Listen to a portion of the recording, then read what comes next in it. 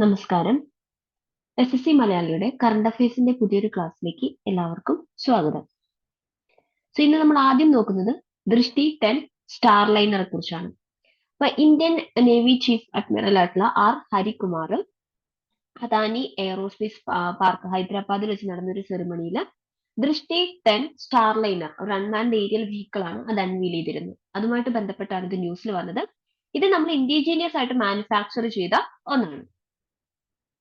ദൃഷ്ടി 10 സ്റ്റാർലൈനർ അതൊരു unmanned aerial vehicle ആണ് നമ്മൾ പറഞ്ഞു. അതിന് അഡ്വാൻസ്ഡ് ഇന്റലിജൻസും സർവൈലൻസും റീകൊണൈസൻസും പ്ലാറ്റ്ഫോംസും എല്ലാം അതിനകത്ത് ഉണ്ട്. അതുപോലെ അദാനി ഡിഫൻസ് ആൻഡ് എയറോസ്പേസ് ആണ് ഇത് ഡെവലപ്പ് ചെയ്തത്. ഇത് നമ്മുടെ ഇന്ത്യൻ ഡിഫൻസ് ടെക്നോളജിക്ക് വളരെ വലിയൊരു മുതൽക്കൂട്ട് തന്നെയായിരിക്കും. ഇന്ത്യ ഫസ്റ്റ് ഇൻഡിജീനിയസ് ആയിട്ട് മാനുഫാക്ചർ ചെയ്ത UAE ആണ്. Okay, unmanned aerial vehicle. ഇത് എൽബിക് സെർംസ് 900 മെയിൽ എന്ന് പറയുന്ന ഒരു പ്ലാറ്റ്ഫോമിലാണ് ഇത് ബേസ് ചെയ്തിരിക്കുന്നത്. അതായത് മെയിൽ എന്ന് പറയുന്നത് മീഡിയം ആൾട്ടിറ്റ്യൂഡ് ലോങ് റേഞ്ച് എന്ന് പറയുന്നത്. Next, Mumbai trans harbour link MTHL എന്ന് പറയും. മുംബൈ ട്രാൻസ് ഹാർബർ ലിങ്ക് അതിന്റെ മറ്റൊരു പേര് Sewri Nhava Sheva trans harbour link, അല്ലെങ്കിൽ ഒഫീഷ്യലി അതിനെ പറയുന്നത് Shri Atal Bihari Vajpayee trans harbour link എന്നാണ്. ഇത് അണ്ടർ കൺസ്ട്രക്ഷനിൽ ഇരിക്കുന്ന ഒരു 21.8 കിലോമീറ്ററോളം വരുന്ന ഒന്നാണ്. അതായത് 13.5 മൈല്. അതിൽ 6 ലൈൻ ആക്സസ് ഉണ്ട്. അത് റോഡ് ബ്രിഡ്ജ് ഉണ്ട്. ഇത് മുംബൈയിലെയും നേവി മുംബൈയിലെയും കണക്ട് ചെയ്യാണ്. നേവി മുംബൈ എന്ന് പറയുന്നത് ഒരു സാറ്റലൈറ്റ് സിറ്റി എന്നുള്ള ഒരു കൺസെപ്റ്റിലാണ് നമ്മൾ നേവി മുംബൈ എന്ന് പറയുന്നത്. ഇതിനെ രണ്ടിനെയും കണക്ട് ചെയ്യുന്ന ഒന്നാണ് ഈ MTHL എന്ന് പറയുന്നത്. ഈ മുംബൈയിൽ നിന്ന് നേവി മുംബൈയിലേക്ക് 2 hours ആണ് ജേർണി വരുന്നത് നോർമൽ ട്രാഫിക്കിലാണെങ്കിൽ. അപ്പൊ ഈ ഒരു ബ്രിഡ്ജ് വന്ന് അല്ലെങ്കിൽ ഈ ഒരു ലിങ്ക് വന്നു കഴിഞ്ഞാൽ അത് 20 minutes റൈഡ് ആയിട്ട് കുറയ്ക്കാൻ വേണ്ടിയിട്ട് കൺട്രോൾ ചെയ്യാൻ വേണ്ടിയിട്ട് പറ്റും. Next, world Tamil diaspora day. Tamil 58 കൺട്രീസിൽ നിന്നുള്ള different Tamils world Tamil diaspora 2 day ആണ് അത് നടന്നത്. തമിഴ്നാടാണ് ആ ഡേ വേൾഡ് ഡേ ഡയസ്പോറ ഡേയിൽ അവർ പാർട്ടിസിപ്പേറ്റ് ചെയ്തു.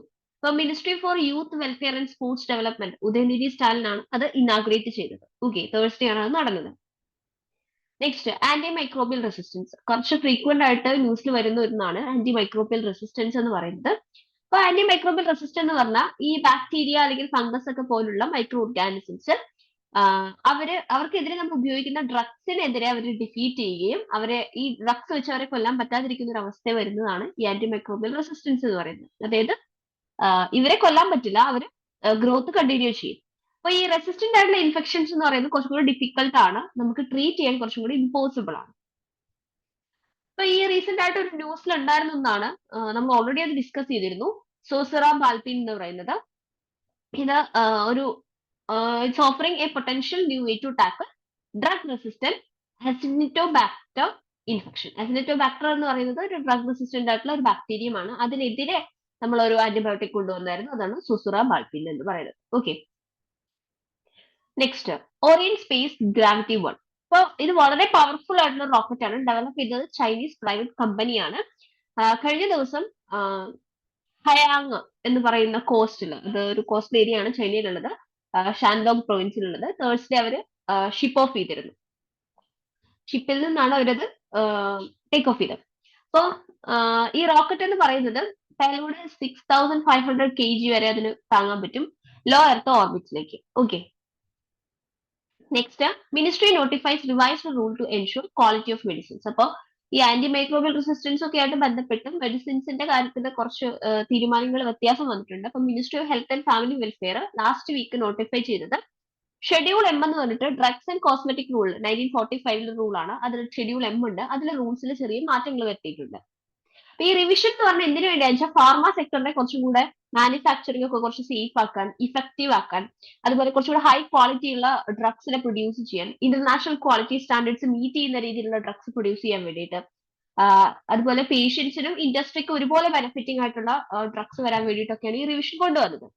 സോ ഇന്ത്യയില് മെഡിസിൻ എക്സ്പോർട്ടുമായിട്ട് ബന്ധപ്പെട്ട് ചില ന്യൂസുകളും കാര്യങ്ങളൊക്കെ വരുന്നുണ്ട്. അതുമായി ബന്ധപ്പെട്ട് ചില നെഗറ്റീവ്സും വരുന്നുണ്ട്. അതുകൊണ്ടാണ് ഈ ഒരു റൂള് റിവൈസ് ചെയ്തതും ഒരു ഏരിയ കുറച്ചും കൂടി സ്ട്രിക്റ്റ് ആക്കിയതും. Next, India nominate 3 cities for global wetland accreditation.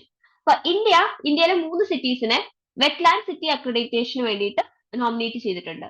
അത് ഇന്ത്യയിലെ ഇൻഡോർ, ഭോപ്പാൽ, ഉദയ്പൂർ, അതാണ് ആ 3 സിറ്റീസ്. ഇത് റാംസർ കൺവെൻഷന്റെ അടിയിലാണ് ഈ വെറ്റ്ലാൻഡ് സിറ്റി അക്രഡിറ്റേഷൻ എന്ന് പറയുന്നത്. റാംസർ കൺവെൻഷൻ എന്ന് പറയുന്നത് വെറ്റ്ലാൻഡ്സിനെ കൺസേർവ് ചെയ്യാൻ വേണ്ടിയിട്ട് കൊണ്ടുവന്ന ഒരു കൺവെൻഷൻ ആണ്.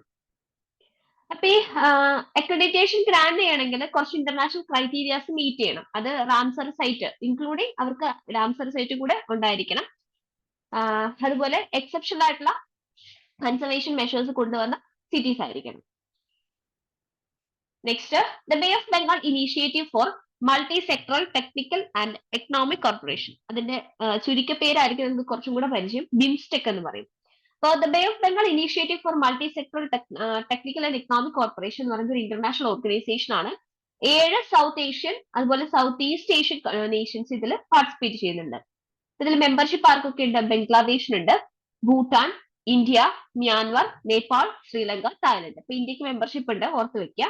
ഇപ്പൊ ചെയർമാൻഷിപ്പിൽ ഇരിക്കുന്നത് തായ്ലൻഡ് ആണ്. അതിങ്ങനെ റൊട്ടേറ്റ് ചെയ്ത് വരികയാണ് ചെയ്യുക. മാർച്ച് 2022 മുതൽ തായ്ലൻഡ് ആണ് ചെയർമാൻഷിപ്പ്. ഇത് എന്തുകൊണ്ടാണ് ന്യൂസിൽ വന്നതെന്ന് വെച്ചാൽ സെക്രട്ടറി ജനറലിൽ കുറച്ച് മാറ്റം വന്നു. സെക്രട്ടറി ജനറൽ ഇപ്പൊ ഇന്ദ്രാമണി പാണ്ഡെ ആണ്. ഓക്കെ, പുതിയ secretary general. Next, national road safety week 2024. So, Ministry of Road Transport and Highways, Government of India, national road safety week എല്ലാ വർഷവും സെലിബ്രേറ്റ് ചെയ്യണമെന്ന് പറഞ്ഞിട്ടുണ്ട്. അപ്പൊ ഇതിന്റെ ഈ ഒരു സിഗ്നിഫിക്കൻസ് എന്തിനാന്ന് വെച്ചാൽ നമ്മുടെ റോഡ് സേഫ്റ്റി അവയർനെസ് ഒക്കെ കൂട്ടാൻ വേണ്ടിയിട്ടാണ്. എല്ലാ വർഷവും ജനുവരി 11 മുതൽ ജനുവരി 17 വരെയാണ് റോഡ് സേഫ്റ്റി വീക്കായിട്ട് നമ്മൾ സെലിബ്രേറ്റ് ചെയ്യാൻ പോകുന്നത്. സോ ഇന്ന് ഇത്രയാണ് നമുക്ക് ഡിസ്കസ് ചെയ്യാനുള്ളത്. Thank you.